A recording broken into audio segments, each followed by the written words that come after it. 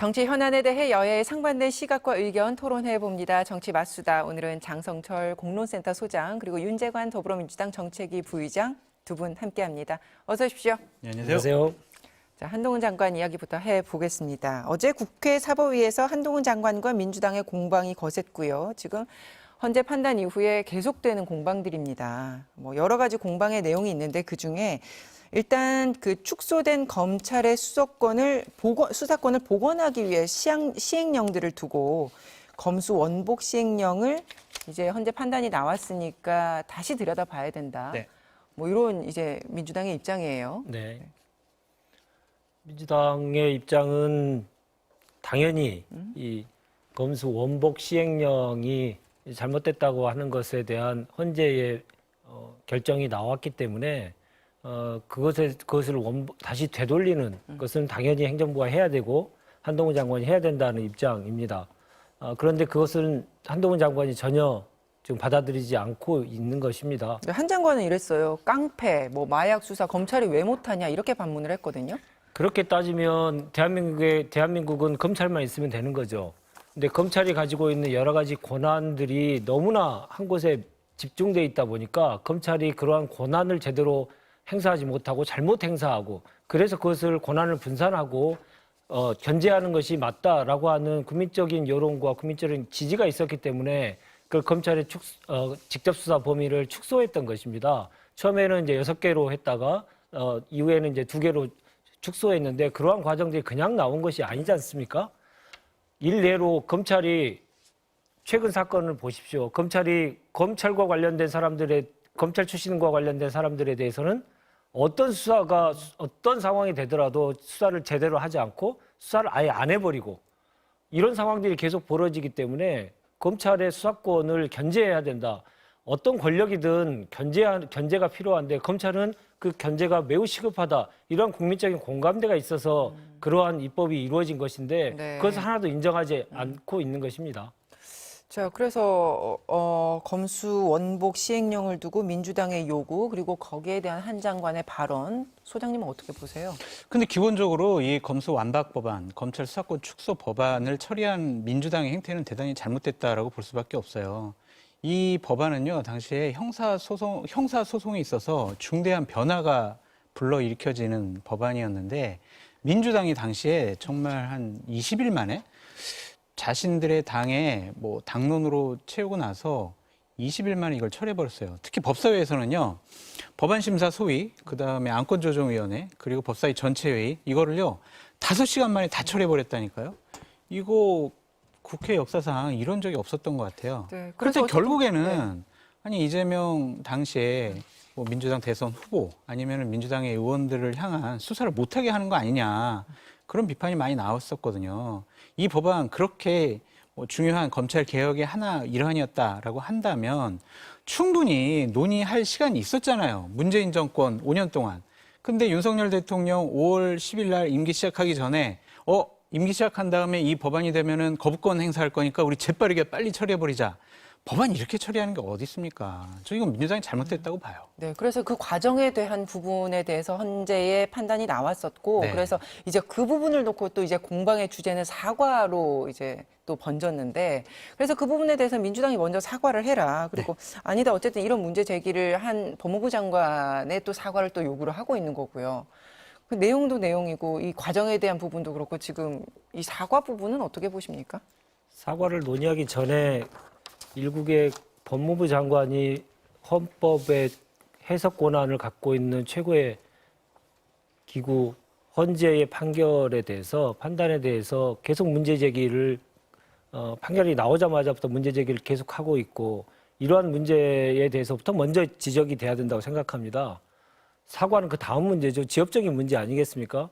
대한민국의 상권 분립국가에서 행정부의 법무부 장관은 그 법이 정해져 있는 테두리 내에서 본인의 권한을 행사하도록 하는 것이 맞는 것이고 사법부의 판단에 대해서 본인이 이렇게 저렇게 본인이 마음에 들면 지키고 마음에 들지 않으면 반대로 가겠다 이런 것을 노골적으로 좀 얘기하고 있는 이런 상황 특히 입법부의 현재에서도 입법 사항이라고 하는 검찰의 수사권과 소추권에 대해서도 본인이 마음대로 다 재단하려고 하는 이러한 행태부터 먼저 얘기가 돼야 되는 것이 아닌가 저는 그렇게 생각이 들고요. 사과는 다음 얘기로 했으면 좋겠다는 생각입니다. 아니 근데 근데 이게, 예. 한동훈 법무부 장관이 헌재 판결에 대해서 이의를 제기하는 거는 민주당한테 배웠다니까요. 그러니까 민주당 정권 시절에 김경수 경남도지사 1심 판결 나와서 법정 구속됐을 때 민주당에서 뭐라고 공격했냐면 적폐 판사의 보복 판결이다 이런 식으로 얘기를 하고 대법원에서 확정 판결 났을 때는요. 이거 우리 양심의 법정에서는 무죄다 이런 식으로 얘기를 했어요. 아니, 좋지 않은 행태라고 비난하면서 왜 배웁니까? 그러니까 그런 걸 배운 게 그러니까요. 잘못됐다고 전 말씀을 드리고 싶어요. 그러니까 민주당은 먼저 자기 반성과 사과부터 해야 된다. 민영배 의원을 위장 탈당시켜가지고 법사위를 난장판으로 만들었잖아요. 그 부분에 대해서는요. 어제- 헌재가 분명히 잘못됐다고 얘기를 했어요. 어제 국회에 나와서 한동훈 장관이 했던 행태를 한번 보십시오. 오만하기 짝이 없습니다. 그런 행태를 보시면 얼마나 지금의 검찰과 관련된 이 법안들과 관련돼서 검찰이 얼마나 오만하고 하고 있는지가 여실히 드러나고 있지 않겠습니까? 그 지금 이 사건과 관련 이 판결과 관련해서는 저는 한 가지로 정리하고 싶은데 검사 기득권 지키기입니다. 검사가 다 할 수 있게 하자는 거잖아요. 검사는 다 검사하면 모든 걸 다 할 수 있다. 그럼 다른 사람은 못 하나요? 그건 아니지 않습니까? 네. 가령 한 가지만 말씀드리면 엊그제 마약 수사와 관련돼서 이 중요한 이 사건이 하나 있었습니다. 계속적으로 그 마약에 재범이 했던 사람이 마약 수사의 대상이 돼서 구속영장이 청구됐는데 구속이 기각됐어요. 한동훈 장관이 그렇게 하고 싶었던 마약 수사 아닙니까? 근데 기각이 됐어요. 기각 사유가 뭔지 아십니까? 검찰이 수사를 제대로 안 했다는 겁니다. 검찰이 내놓은 자료가 부실해가지고 도저히 이거는 구속시키기 대단히 어렵다. 이게 구속을 안 시킨 이유입니다. 이렇게 권한은 다 가지고 있으면 놀부심보처럼 다 가지고 있으면서 네, 네. 제대로 일하지 않는데 그럼 어떻게 합니까? 왜 장소장이- 국민들은 분명하게 거기에 대해 회초리를 들어야 됩니다. 그러니까 저는 민주당이 먼저 민영배 의원 위장 탈당 시켜가지고 법사위를 헝클어뜨린 것에 대해서 먼저 사과를 하면 한동훈 장관도 사과를 해야 된다고 봐요. 어느 정도. 왜냐하면은 정무직 공무원이잖아요. 그런데 지금 민주당과 야당을 공격하는 선봉장 역할을 하고 있거든요. 정무직 공무원이 어떻게 위장 탈당 이런 정치적인 용어를 쓰면서 민주당 의원들과 말싸움을 하냐고요. 법리적인 논쟁만 하면 되는데 이것을 한동훈 장관이 약간 좀 선을 넘어선 워딩을 하고 있다고 볼 수밖에 없고요. 민주당이 네. 법무부의 시행령으로 수사권을 확대하는 것이 잘못됐다라고 지적을 하려면요. 네. 국회에서 공식적인 절차를 밟으면 돼요. 국회법 98조 2항에 의하면은요. 네. 지금 시행령이 잘못됐다라고 판단이 되면 관련 상임위에서 의원들이 논의를 하고 그 안을 만들고 국회 본회의에서 그걸 처리를 해요. 그래서 국회의장이 법무부 장관한테 그걸 보내요. 행정부로 보내요. 그러면은 거기서 답변을 하게 돼 있어요. 지적을 하게 되면. 근데 문제는 뭐냐면 수정을 하거나 변경할 수 있는 구속력이 없어요. 그냥 국회에서 이러이러한 잘못된 부분이 시행령에서 지금 적용되고 있어라고 지적하더라도 그냥 행정부에서 아니 이거는 이러한 이유로 우리 이렇게 할 수밖에 없어요라고 하면 구속력이 없거든요. 그러한 절차를 받고 나서 그런 다음에 사과해라 이렇게 하면 되는데 왜 자신들의 권한은 행사는 하지 않고 무작정 상하만 하는지 그런 좀 문제가 있다고 봐요. 근데 예. 그 말씀 되게 뭐 합리적으로 들립니다만은 현실성이 있습니까? 김도우 위원장이 법사위원장을 꽉 틀어잡고 아무것도 통과를 안 시키고 그렇게 할 텐데 뻔하지 않습니까? 그러면 정치 공방만 계속 기어지고 있는 거지 않습니까? 이 사안은 헌재에서 결정이 난 사안입니다.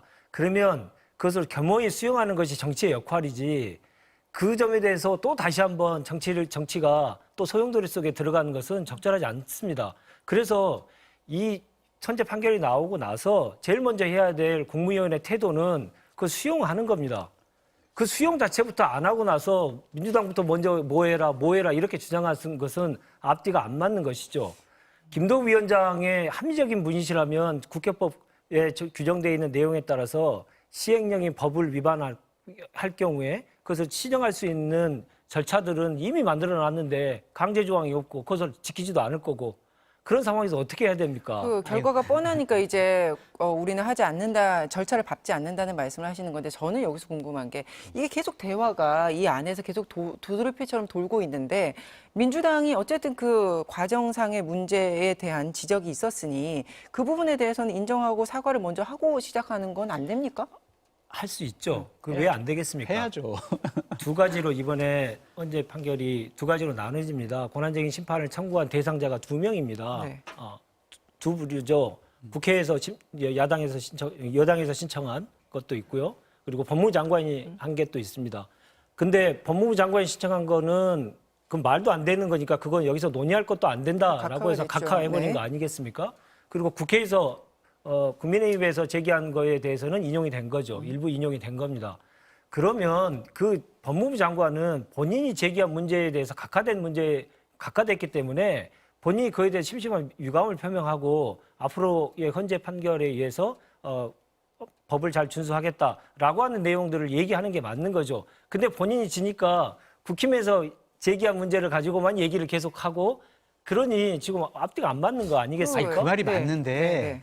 헌재 판결의 첫 번째 요지는 뭐냐면은 법사위에서의 심의 의결권을 민주당 법사위원장이 훼손시켰다. 이것은 다수결의 원리를 근본적으로 훼손한 위헌적인 부분이다라고 규정을 했잖아요. 그러면 당시에 민주당의 책임 있는 분들은 사과해야죠, 먼저. 사과하면은 한동훈 장관에게 사과를 요구할 명분도 생기는 거 아니에요. 그 자기네들 잘못은 사과 안 하고 한동훈 장관만 사과해라 이러니까 한동훈 장관도 당신네들도 사과해라 막 이런 식의 얘기만 하고 마찬가지지 있잖아요. 않습니까? 네, 한동훈 장관은 어제 국회에 나와서 저런 오만한 태도로 계속 하는 거에 대해서는 아무렇지도 얘기 않고 민주당에서만 사과하라. 그걸 어떻게 받아들이겠습니까? 저는 네. 한동훈 장관도 부적절하다고. 예, 네. 그래서 이렇게 평행선을 걷고 있는 것에 대해서는요. 네.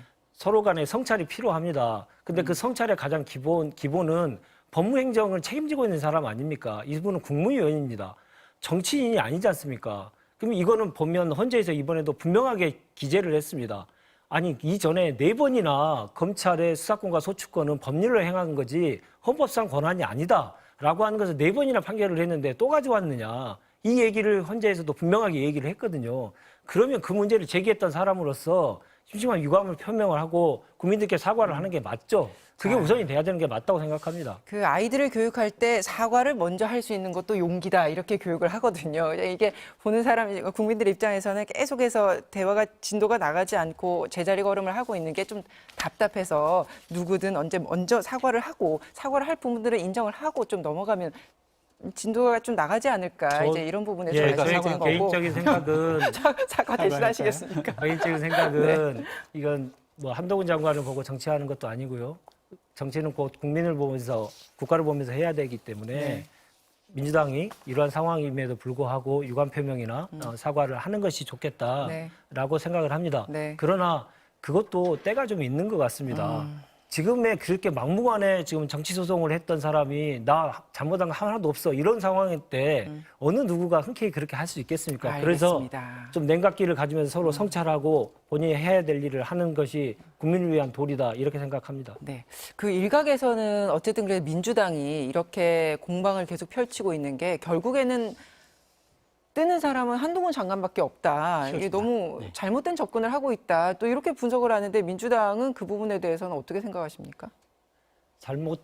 지금 오늘 이런 생각이 들더라고요. 네. 김기현 대표가 선출된 지 얼마 되지도 않았는데 김기현 대표는 어딘가 사라지고 없습니다.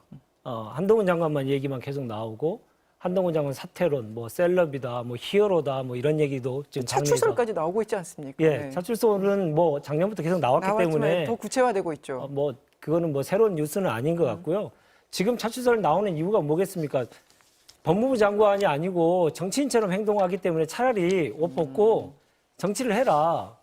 실제로 국민들께 직접적인 선출을 받아서 정치를 하는 게 훨씬 낫다.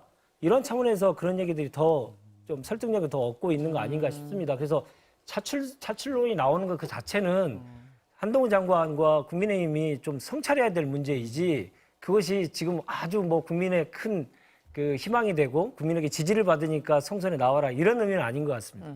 네. 저는 한동훈 장관에게 안 좋은 일들이 지금 벌어지고 있다고 봐요.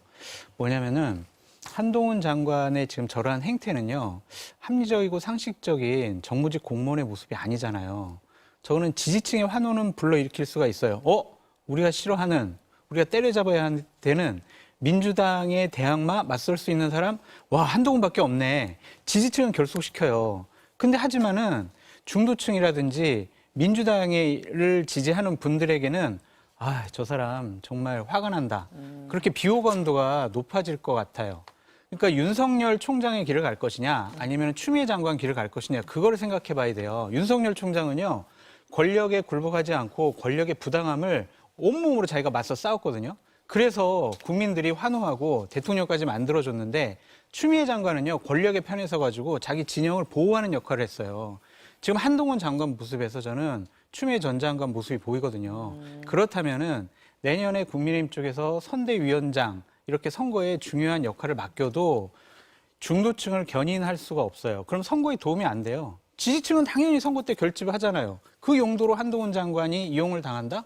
그러면은 한동훈 장관은 쓰임새가 그렇게 없다고 보여져요. 그래서 저는 정치하실 거면 네. 이미지 관리를 지금부터 하셔야 된다라고 말씀을 드려요. 국민 편에 서라. 지금 권력 편에 일어나고 서지 있는 현상 자체가 한동훈 장관에게 그렇게 좋은 영향을 주지는 않을 것이다. 뭐 두 분 같은 말씀을 하시는 것 같고. 예. 한 가지만 말씀드리고 싶은데 공직을 하면서 본인이 하고 싶은 말 다 하면 공직 옷 벗어야 됩니다. 그리고 자유롭게 하면 됩니다. 근데 공직에 있는 기간 동안에 본인이 한 말이 얼마나 무게가 있는지를 안다면 본인이 처신이 좀 무겁게 해야 되는데 너무나 가볍지 않습니까? 그런 상황이 계속적으로 지금 작년부터 계속 벌어지고 있는데 그걸 보면서 국민들께서 한동훈 장관에 대해 지지를 보내겠습니까? 제 주변을 보면 점점 더 기대가 좀 줄어들고 국회 아무리 본인이 하고 싶은 말이 저렇게 많다 하더라도 저걸 저렇게 따발총처럼 계속 얘기하면 대한민국의 국격이 뭐가 되느냐 이렇게 얘기하시는 분들이 대부분이라고 하는 사실을 꼭 말씀드리고 싶습니다. 네, 국민의힘 지도부가 어쨌든 이제 총선을 앞두고 좀 지지도를 높이기 위해서 MZ세대도 찾아가고 대학가도 찾아가고 지금 굉장히 발 빠르게 움직이려고 하고 있는데 이런 와중에 그 김재원 최고위원이 미국에서 또 한 발언이 구설에 올랐단 말입니다. 요거를 좀 들여다봤으면 좋겠는데 이번에는 전광훈 목사가 우파를 천하 통일했다라고 발언을 했어요. 얼마 전에 그 5.18 정신 헌법 수록과 관련해서 논란이 있었고 곧바로 또 본인이 적절치 못했다고 사과를 했단 말입니다. 그러고는 불과 며칠이 지나지 않았는데 이렇게 또 구설에 오른 것 어떻게 보십니까?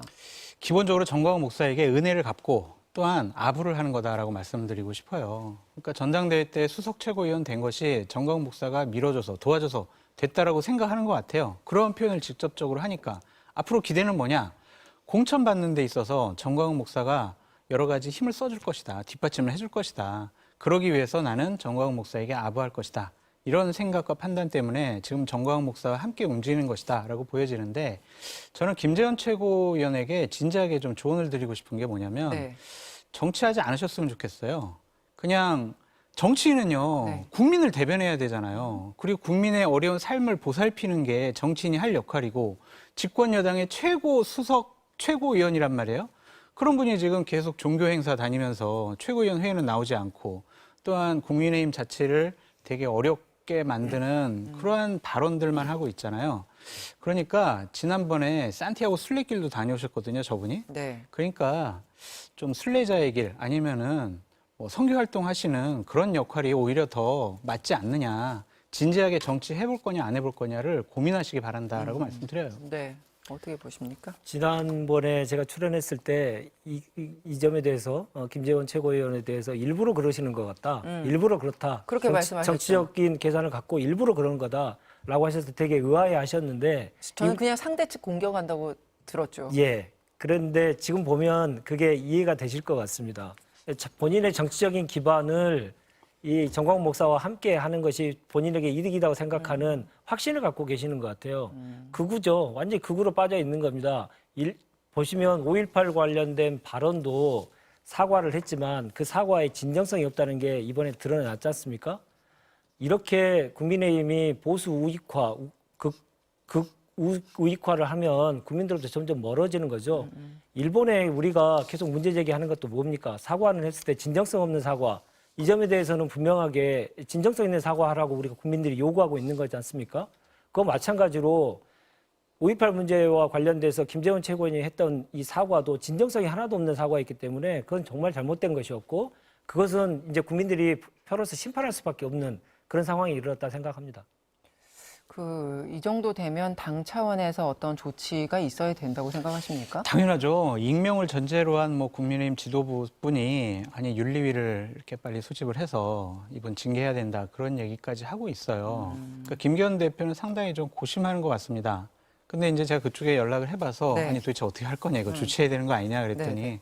아니 당원들에게서 뽑힌 최고위원인데 어떻게 당대표가 지금 바로 조치할 수 있겠느냐 좀 두고 봐야 한다 이렇게 좀 난감해 하더라고요. 그래서 김재원 의원 계속 저러면은요 김기현 대표가 상당히 곤혹스럽고 곤란해질 것 같다라고 말씀드립니다. 네. 예, 네. 국민의힘의 그 젊은층 지지율 하락으로 이제 고민이 깊어지고 있는데 이른바 그래서 그걸 타개하기 위해서 이른바 천하용인 중용설이 이제 또 다시 거론이 되고 있고요.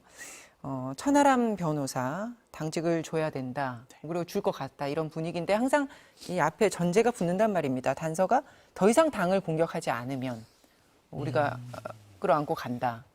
그 후보는 어떻게 보십니까? 그러니까 지금 천하용인과 저 같은 사람이 당을 비판하고 공격을 해가지고 당과 대통령의 지지율이 하락했다라고 생각을 한다면 저분들 총선 승리할 가능성이 없다라고 좀 보여져요. 네. 천하용인에 있는 분들 뭐 천하람 당협위원장에게 당직 하나 더 준다고 해가지고 그분들이 어유 그래 감사합니다 하고 넙죽 받아들일 것도 아닌 것 같고 네. 그래 우리 천하용인들 당직에 우대해줬으니까 우리가 다시 2030들이 국민의힘 지지해야지 그렇게 생각하겠습니까? 이거는 원인을 잘못했어요. 진단을 잘못했기 때문에 처방이 잘못 나오는 거다라고 말씀을 드립니다. 그러니까 오늘 지도부가 뭐 어느 학교에 가가지고 구내식당 가가지고 학생들이 먹는 밥 1,000원짜리 밥을 먹었단 말이에요. 네. 그런 이벤트성 하는 거 좋아요. 가서 젊은이들과 만나고 현실적인 어려움 듣는 거 좋아요. 하지만은 근본적으로 왜 2030을 대표한다라고 이미지를 갖고 있는 이준석 대표를 저렇게 내쫓아 버렸느냐라는 것. 그리고 아니 이 정책들이 상당히 혼돈스럽다. 국정 운영에 정말 제대로 시스템적으로 운영되고 있는 것인가에 대한 회의감. 그리고 공정과 상식과 정의를 갖고 집권을 했는데 과연 지금 국정 운영 행태가 그런 것이냐라는 회의감이 들기 때문에 지지율이 지금 하락하는 거지. 천하용인 저분들 배제시키고 그냥 공격하고 그래서 지지율 하락하는 건 아닌 것 같아요. 그래서 다시 한번 절실하게 좀 깨달았으면 좋겠어요. 대통령과 대통령실과 당이 일치단결해가지고 한 목소리 내는 것이 과연 지지율을 상승시키는 데 도움이 될 것이냐, 내년 총선 승리하는 데 도움이 될 것이냐, 내년 공천과 관련된 주요 당직자들 다 친윤 계열로 다 깔아놓은 것, 그것이 과연 총선 승리에 도움이 될 것이냐, 이걸 근본적으로 한번 생각해 보시라라고 말씀드립니다. 네. 지금 상황은 토사구팽의 업보 아닙니까? 그렇게 보세요. 네. 지난 대선과 지방선거 뭐 그 과정들을 거치면서 소위 말하는 MZ세대에게 잘 보이려고 여러 가지 화장을 많이 했죠. 근데 그 화장을 다 벗겨내 보니 국민의힘이 MZ세대를 대변하는 정당이 아니다라고 하는 것들이 많이 드러났지 않습니까? 사람으로 따지면 이준석을 몰아낼 때 그런 식으로 몰아내는 것은 절대 용납할 수 없다. 최근에 정책을 보시면 69시간제 이게 도대체 말이 되는 정책이냐. 뭐 그리고 저출산 대책과 관련돼서 아이 셋 낳으면 군대 면제해 주겠다. 이런 내용들 가지고 접근하니 MZ세대가 어떻게 집권 여당을 지지하겠습니까? 그래서 저는 그동안 쌓아왔던 여러 가지 그 화장이 벗겨지면서 토사구팽했던 업보가 다시 지금 드러나고 있다. 업보다 이렇게 생각을 합니다. 네. 다양한 이벤트를 할 수 있죠. 근데 그 이벤트가 본질을 호도하는 이벤트에다 하게 되면 국민들은 당연히 역풍 불 수밖에 없는 거고요. 그 천하람 후보한테 위원장한테 얘기하는 게 그렇지 않습니까? 다양성을 존중하고 다양하게 얘기를 하되 근데 당은 공격하지 마라. 당은 공격하지 마라. 윤심은 공격하지 마라. 그러면 피해자 코스프레, 그러니까 뭐 어떤 코스프레를 하라는 얘기인데 그걸 어떻게 국민들이 모르겠습니까? 그러니 지금 아무리 노력을 해도 허사일 수밖에 없지 않을까라는 생각이 듭니다. 자, 민주당 그 내홍을 수습하기 위한 하나의 방법이지 않을까라고 했던 그 지도부 개편, 민주당의 지도부 개편이요. 그 인적 쇄신을 통해서 어떤 변화가 있을 것인가 이제 봤는데 어쨌든 비명계를 중심으로 중용이 되면서 내용 수습에 나선 모양새다. 하는데 사실 이 조정식 의원이 사무총장 그대로 유임이 되면서 내년 총선에서는 핵심 역할을 할 분은 그대로 친명계가 자리를 이어가면서 이게 무슨 혁신이냐? 또 뭐 이런 시각도 있거든요. 그러니까 이번 당직 개편의 가장 큰 의미는요. 이재명 당대표가 나는 내년 공천 내 손으로 할 거야. 건들지 마. 라고 다시 한번 확인시켜 준 거다. 네, 그럼 확인 사살이에요. 그러니까 무슨 다른 당직들은 그렇게 큰 의미가 없어요. 공천과 관련해서는 사무총장이 가장 큰 실무적인 권한을 갖고 있습니다. 지금 우리가 대안으로 사람들을 찾아봤는데 우리가 없어가지고 적임자가 조정식 의원밖에 없어요. 일 잘하잖아요. 인품도 괜찮고. 사람을 찾아 165명이나 되는 국회의원 중에서 사무총장 할 사람이 없다는 게 말이 되냐고요. 그 말은 무슨 말이냐면 이재명 당대표 뜻대로 갈등 일으키지 않고 분란 없이 그냥 일치 단결해가지고 이재명 뜻대로의 공천을 할 수 있는 적임자가 조정식 사무총장밖에 없어서 못 바꾸겠어라는 얘기 같아요. 그러니까 저거 가지고 분명히 더 이상 분란은 안 나올 것 같아요. 왜냐하면은 이재명 당대표의 의지가 확인됐잖아요. 그러면 공천을 받아야 되는 비주류, 비명계들 같은 경우엔 우리가 아무리 흔들어도 당대표직 그만 안 두려고 하는구나. 네. 그럼 우리도 좀 비판을 자제해야 되겠다. 그런 생각도 가질 수 있을 것 같아요. 윤 의장님은 이번 당 개편 성공한 거라고 보십니까? 국민의 입장에서 보면 사무총장까지 바꿨다면 훨씬 더 좋지 않았을까라는 생각은 하긴 합니다. 그러나 당이 안정적으로 운영되기 위한 가장 기본적인 요소는 갖춰야 된다.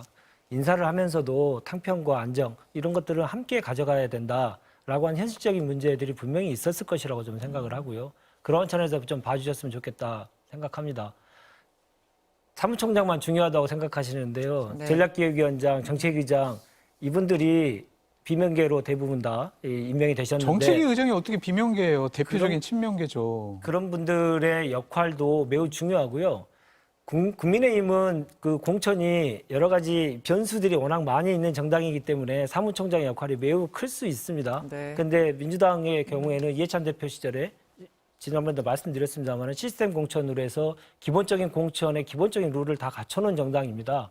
사무총장이 한 명이 이렇게 저렇게 해가지고 공천의 판을 크게 흔들 수 없는 정당이기 때문에 알겠습니다. 그러한 내용들을 국민의힘과 민주당을 동일선상에서 네. 얘기하는 것은 좀 오불성설이다. 근데 이렇게 민주당도 말씀드리죠. 현역원 20% 컷오프 규정이 있어요. 알겠습니다. 오늘은 시간 관계상 여기까지 하도록 하겠습니다. 고맙습니다. 네, 고맙습니다.